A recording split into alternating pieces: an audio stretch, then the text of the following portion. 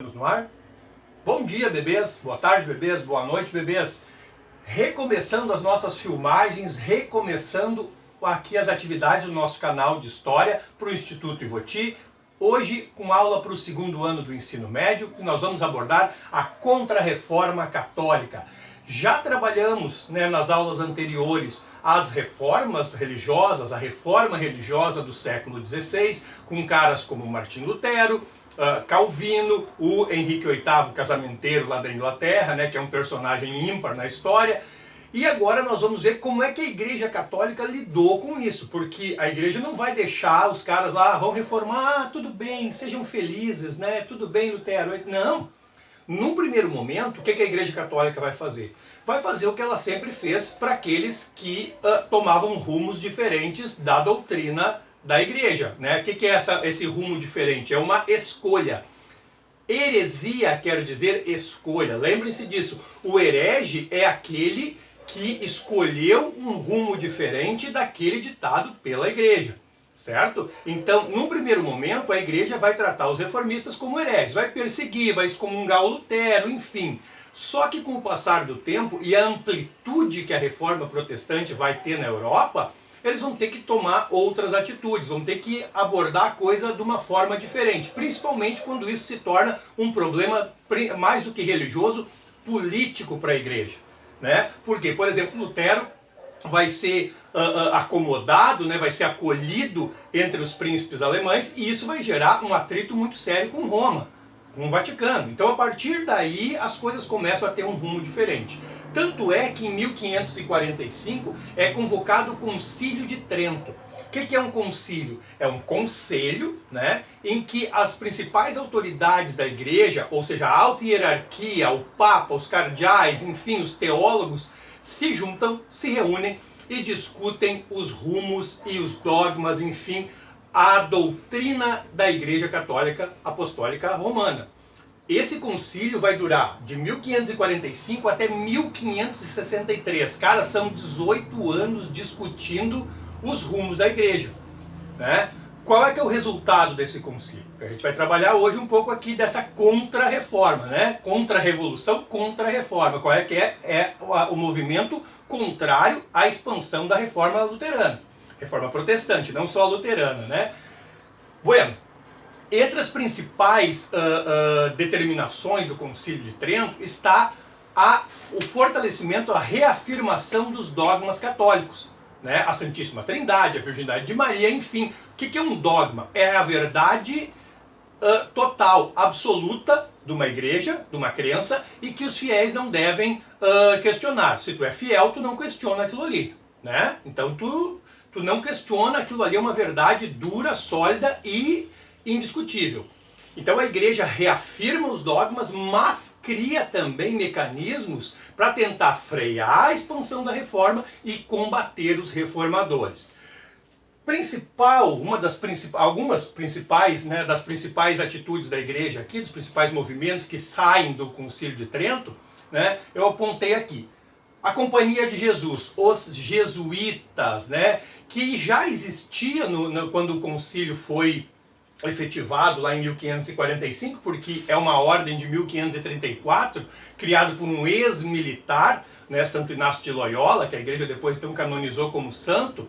A Companhia de Jesus, percebam esse nome, companhia, é uma ordem religiosa, como os franciscanos, agostinianos, enfim, mas ela tem uma estrutura muito parecida com uma companhia militar. É uma ordem religiosa com isso. Por quê? Porque a ideia dessa companhia é justamente a missão, ou seja, o atendimento missionário, a viagem missionária para ir e catequizar. Ela vai ser criada em 1534, como eu já disse, pelo Santo Inácio de Loyola, e a principal função da companhia é angariar mais fiéis, conquistar novos fiéis e frear a expansão reformista.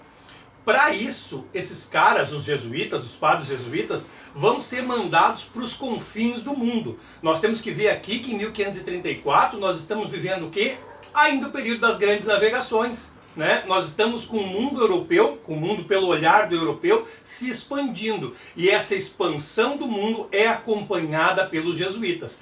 Tanto que os primeiros mártires católicos, né, no Japão vão ser jesuítas que foram para lá tentar converter os japoneses, vão terminar queimados, enfim, né, vão terminar mortos lá em missão de catequização, certo?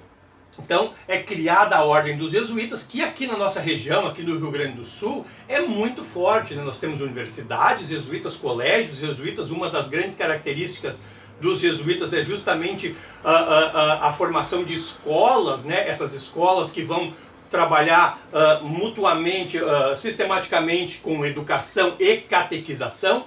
E aqui nós vamos ter os principais exemplos, né, de atuação jesuíta, que são os 7 povos das missões, oriundos dos 30 povos das missões aqui da América Hispânica, parte do Rio Grande do Sul aqui que pertencia à coroa espanhola, certo? Província jesuítica do Paraguai, é aqui do Rio Grande do Sul até o Paraguai, passando por dentro da Argentina, em que se aldearam índios, né, se reduziram, né, como eram as reduções jesuíticas, se aglomerou índios e os catequizaram. Tá? Os jesuítas catequizaram esses índios e transformaram ali, são exemplos muito legais que devem ser estudados, né, a experiência das missões jesuíticas aqui no sul da América, que vai ser o principal alvo dos jesuítas. Né? A América, esse grande continente, em que eles vão vir tentar angariar mais fiéis para o catolicismo. Que fiéis são esses?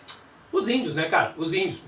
Milhões de almas a serem convertidas ao cristianismo. Olha que maravilha, né? Que grande rebanho que estava solto aqui na América para a ação desses padres. Santo Ofício da Inquisição.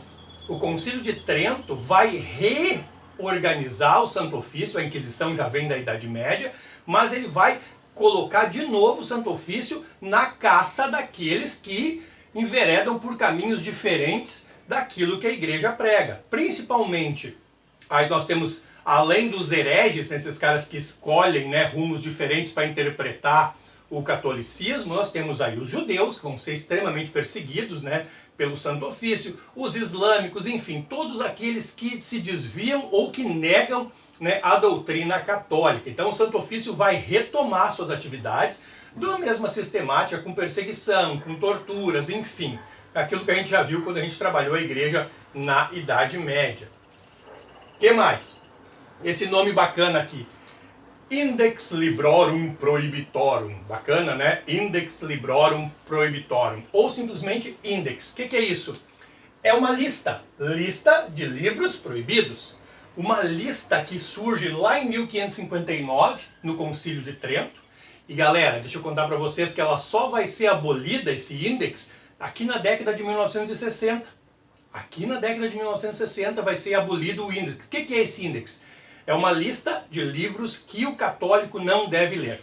Aí entrava de, sei lá, dos renascimentos, oh meu Deus do céu, professor, dos pensadores renascentistas até agora livros pornográficos tidos pela igreja como com luxúria, enfim. Nós temos aí nesses 300 anos de atuação, 400 anos, gente, de atuação do Index, 4.000 livros, em torno disso. Em 1948, que foi a última edição do Index, nós tínhamos cerca de 4.000 títulos proibidos de leitura para os católicos.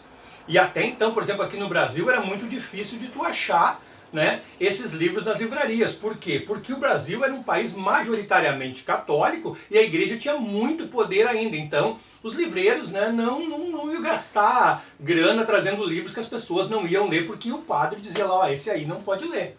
Esse aí não pode ler. E principalmente os, né, primeiros livros que vão estar aqui são os livros dos reformadores, são livros do Martinho Lutero, do Calvino, enfim, desses caras que vão lá no século XVI repensar, né, o cristianismo na Europa. Bom, nós vamos ter então o Concílio de Trento, né, que se reúnem então as autoridades eclesiásticas e vão decidir para reafirmar a Companhia de Jesus, retomar o Santo Ofício da Inquisição como instrumento de doutrinação da fé e publicar esse índex de livros proibidos. O que mais que a gente tem a partir do Concílio de Trento? Aí é a questão de formação. Formação tanto para o clero, com a criação de seminários, né? O seminário que a gente conhece, que é essa escola que forma os padres, até então não existia. O padre, ele era formado na prática ali, com um supervisor dizendo, olha, faz assim, não faz assim. Então tu não tinha uma unidade doutrinária da igreja, tu não tinha um pensamento único, olha, é assim que a igreja pensa, é assim que as coisas acontecem. Não, tu tinha, né, uma coisa meio esfumaçada ali, não muito nítida de qual é que era o pensamento real da igreja. Então aqui se cria, então, justamente para evitar as heresias, ou seja, a escolha por caminhos que não sejam aqueles ditados pela igreja, a formação dos padres em seminários, em escolas especializadas para a formação de padres católicos.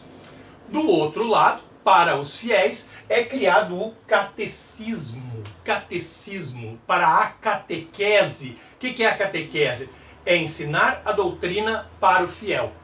Né? É ensinar quais são os princípios da igreja para os fiéis. Olha, a verdade que nós defendemos enquanto igreja é essa. Tu queres assim, é isso, tu não queres, não é o teu caminho.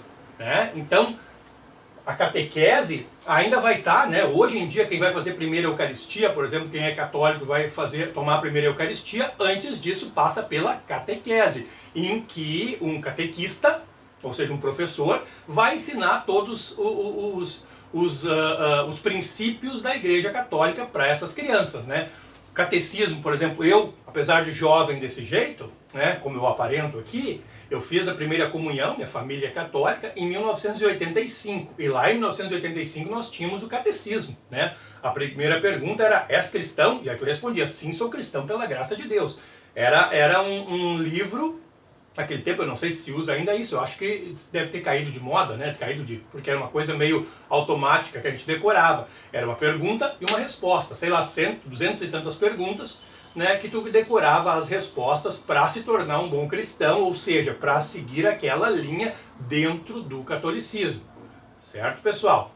Bom, então, retomando aqui, Contra-Reforma, movimento, então, de reação da Igreja Católica contra as reformas protestantes do século XVI que a gente viu nas últimas aulas, certo, gente?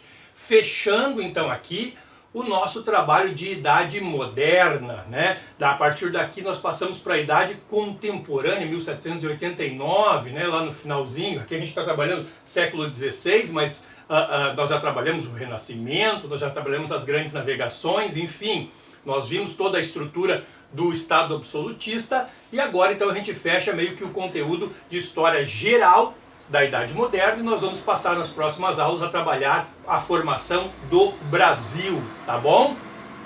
Beijo para vocês, bebês, e até a próxima. Tchau, tchau!